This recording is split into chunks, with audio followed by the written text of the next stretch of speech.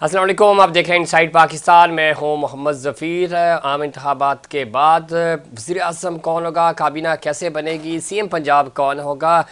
चौधरी शुजात हुसैन के घर आज बड़ों की बैठक और बड़े फैसले। वज़ीर आज़म पाकिस्तान के लिए शहबाज शरीफ साहब ने कहा है कि मैं एक दफ़ा फिर दरख्वास्त करता हूँ नवाज शरीफ साहब को कि वो आगे बढ़ें और वज़ीर आज़म का ओहदा संभालें। सीएम पंजाब की उम्मीदवार मरीम नवाज होंगी और सदर ममलिकत कौन होगा, इस हवाले से उन्होंने कहा कि मैं आसिफ अली जरदारी और चौधरी शुजात हुसैन साहब के ऊपर ये छोड़ता हूँ फैसला कि वो किस को मुंतखब करते हैं। ये फ़ैसला इन्होंने करना है। बड़े फैसले हुए। पिछले कई दिनों से हम देख रहे थे कि मुलाकातें हो रही थीं और आज ये प्रेस कॉन्फ्रेंस इसलिए भी इम्पोर्टेंट थी कि इसमें पंजाब की सीएमशिप और प्राइम मिनिस्टर के वाले से मुस्लिम लीग नून का पॉइंट ऑफ व्यू सामने आ चुका है। इससे पहले पाकिस्तान पीपल्स पार्टी ने वफाकी हुकूमत से अलहदगी का फैसला किया था और मुस्लिम लीग नून की के लिए प्राइम मिनिस्टरशिप के लिए वोट करने का और उनका साथ देने का अहद किया है और फैसला किया है।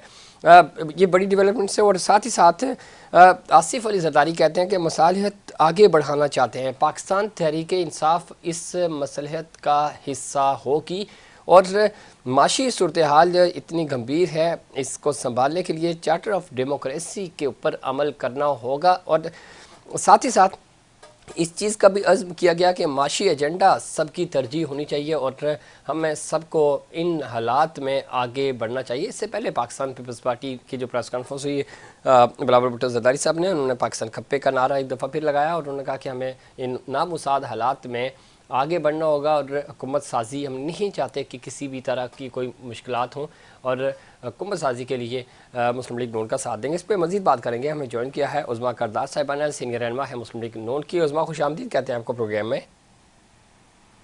जी बहुत शुक्रिया। किस तरह देखती हैं, अभी चूँकि बहुत इंपॉर्टेंट प्रेस कॉन्फ्रेंस थी, इससे पहले ज़रा इजलास हुआ इत्तेहादी जमातों का और एक माहौल बनाया जा रहा है। ज़रा वफाकी कैबिनेट कैसी होगी, पंजाब में कौन होगा, सदर कौन होगा, स्पीकर कौन होगा, अहम ओहदों के लिए फ़ैसले भी किए जा रहे हैं।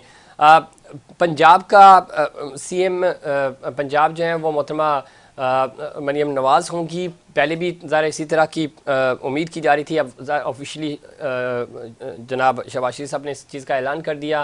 वज़ीर आज़म के लिए भी कहा यह जा रहा था कि चूँकि अगर सादा अक्सरियत मिल गई तो नवाज शरीफ साहब प्राइम मिनिस्टर होंगे, अदरवाइज़ हम सोचेंगे। आज उन्होंने दोबारा शहबाज शरीफ साहब ने ये कहा चूँकि सादा अक्सरियत तो नहीं मिली, इत्तेहादियों के साथ मिलकर ही आगे बढ़ना होगा।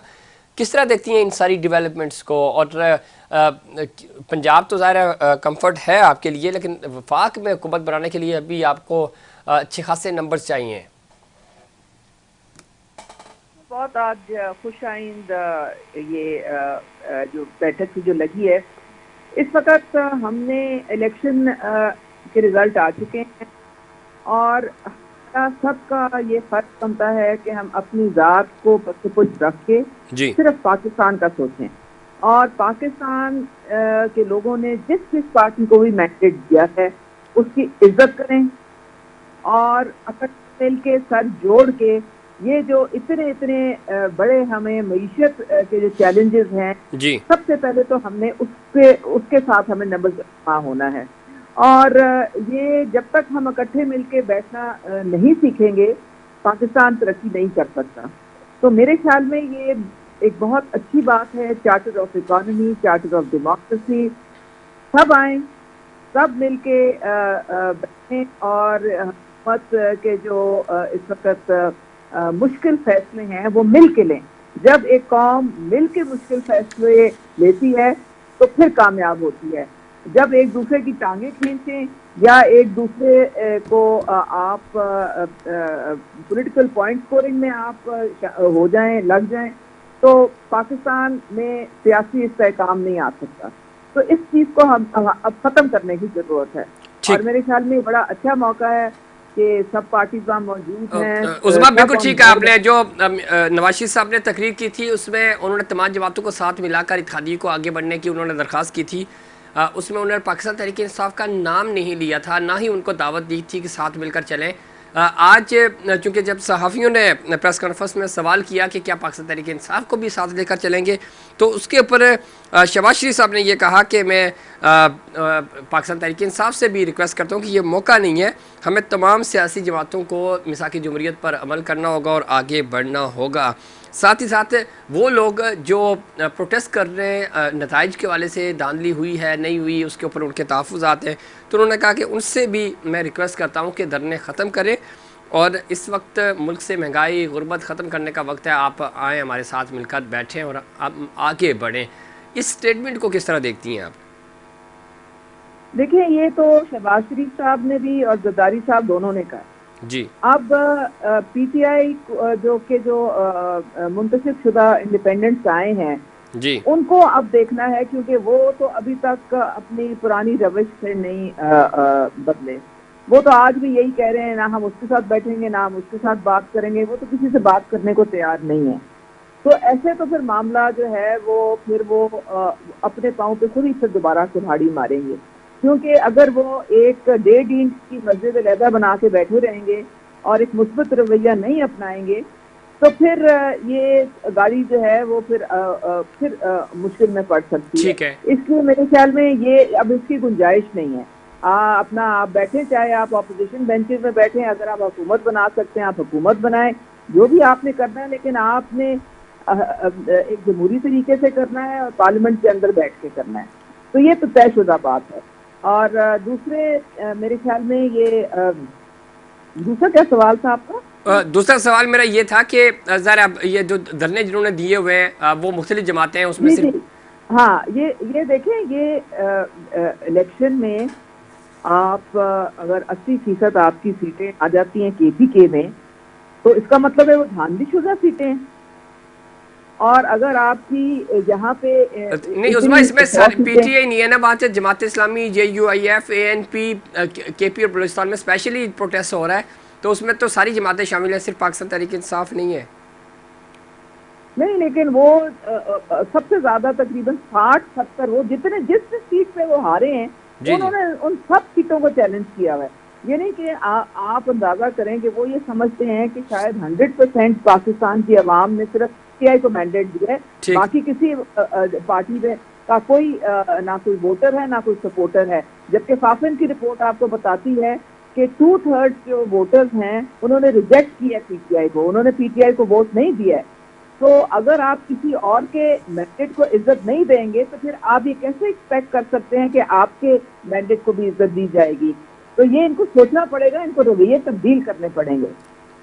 ठीक है। अच्छा, पंजाब की बात कर लेते हैं। पंजाब में अकेले वैसे तो आप अब तक तो अक्सरियत है, आपके पास सादा अक्सरियत, आप हुकूमत बना सकते हैं। पंजाब में पाकिस्तान पार्टी आपके साथ होगी, वैसे तो उन्होंने मना कर दिया ऑफिशियली, लेकिन पंजाब की हद तक क्या आपसे किसी से बात हुई?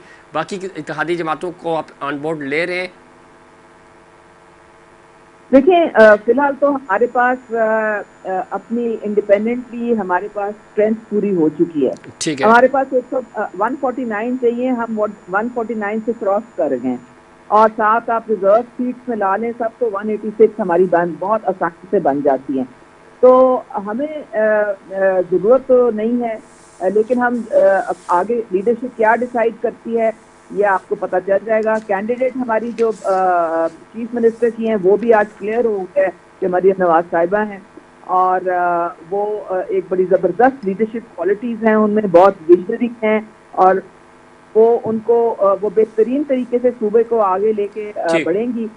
तो हम चाहेंगे कि बाकी लोग भी हमारे साथ शामिल हों। जो हमारे साथ आना चाहेगा हम ज़रूर उनको अपने साथ शामिल करेंगे, लेकिन हुकूमत बनाने के लिए हमें फिलहाल कोई किसी और की ज़रूरत नहीं है। अच्छा, इसमें हाँ। एक चीज़ बड़ी इंपॉर्टेंट है, आखिरी सवाल आपसे कि नवाज शरीफ साहब चूँकि हमने ये पहले भी डिसाइड हुआ था आपकी इवन जो अहम इजलास हुए उसके अंदर भी कि अगर तो हमें सादा अक्सरियत इत्तेहादियों की ज़रूरत ना पड़ी तो प्राइम मिनिस्टर नवाज शरीफ साहब होंगे, और अगर हमें मिलजुल कर हुकूमत बनानी पड़ी जो कि आज जिस सूरत हाल में हैं आप, तो शहबाज शरीफ साहब बेहतरीन ऑप्शन होंगे। आज शहबाज शरीफ साहब ने चूँकि हमने देखा था जब PDM की हुकूमत बनी थी तब भी उन्होंने मशावरत की थी पूरी, तो आज भी उन्होंने ऑफ़र तो ज़रूर की है, लेकिन बज़ाहिर लग नहीं रहा, चूँकि मियाँ साहब शायद बैक फुट पे ही रहना पसंद करेंगे, वो शहबाज शरीफ साहब को ही बनाएंगे।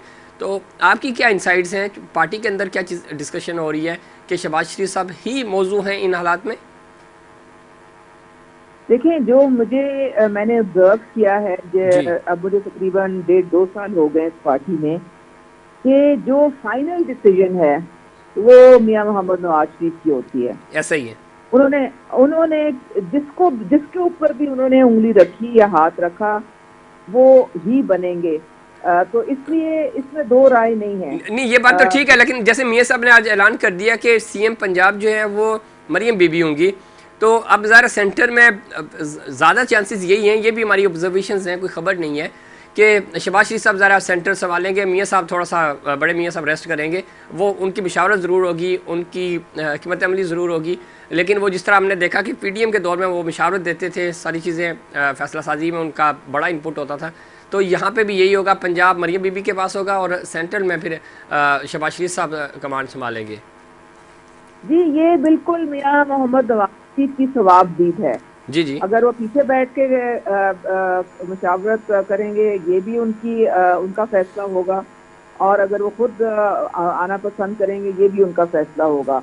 पहले तो वो लंदन में थे, तो वो इधर थे ही नहीं मौजूद, जी तो इसलिए वो तो सिचुएशन ही फर्क थी। अब जो फाइनल डिसीजन है वो मियां मोहम्मद नवाज शरीफ की होगी। ठीक है, बहुत शुक्रिया उस्मा अपना प्रोग्राम में वक्त देने के लिए। और अब चूँकि पंजाब की जो कमान है वो होगी मरियम बीबी के हाथ में, मुस्लिम लीग नून ने यह ऐलान कर दिया और ज़ाहिर उनके पास पोजीशन भी है हुकूमत बनाने के लिए। वो और आज़ाद उम्मीदवार भी शामिल हुए, मुस्लिम लीग क्यों को भी शामिल करेंगे तो आराम से हुकूमत बनाने की पोजीशन में हैं। और ज़्यादा चांसेस यही है ज़ाहिर पंजाब में भी इत्तेहाद होगा, इत्तेहादी हुकूमत होगी, सेंट्रल में शहबाज शरीफ साहब के चांसेस ज़्यादा हैं, क्योंकि उन्होंने ये ज़रूर ऐलान किया है कि रिक्वेस्ट की है नवाज शरीफ साहब से। लेकिन ये चीज़ जो हमारे भी ज़राए हैं वो यही कर रहे हैं कि शहबाज शरीफ साहब इस तरह के हालात में वही सूटेबल हैं, और प्राइम मिनिस्टरशिप जो है मुस्लिम लीग नून ज़ाहिर है उसके ये एफर्ट्स भी कर लिए, तो शहबाज शरीफ साहब ही मरकज़ भी संभालेंगे। इस पर मज़ीद बात करेंगे, उससे पहले कमर्शियल ब्रेक।